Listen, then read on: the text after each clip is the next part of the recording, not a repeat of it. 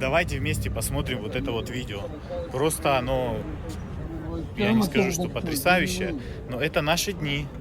Филадельфия, Соединенные Штаты Америки. Почему не борется полиция?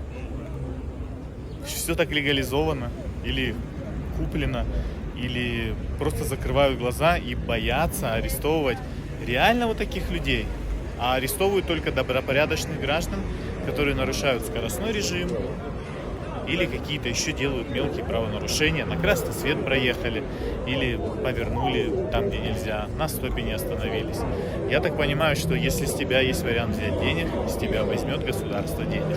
А если ты вот такой, то ты безобидный, просто пугающий.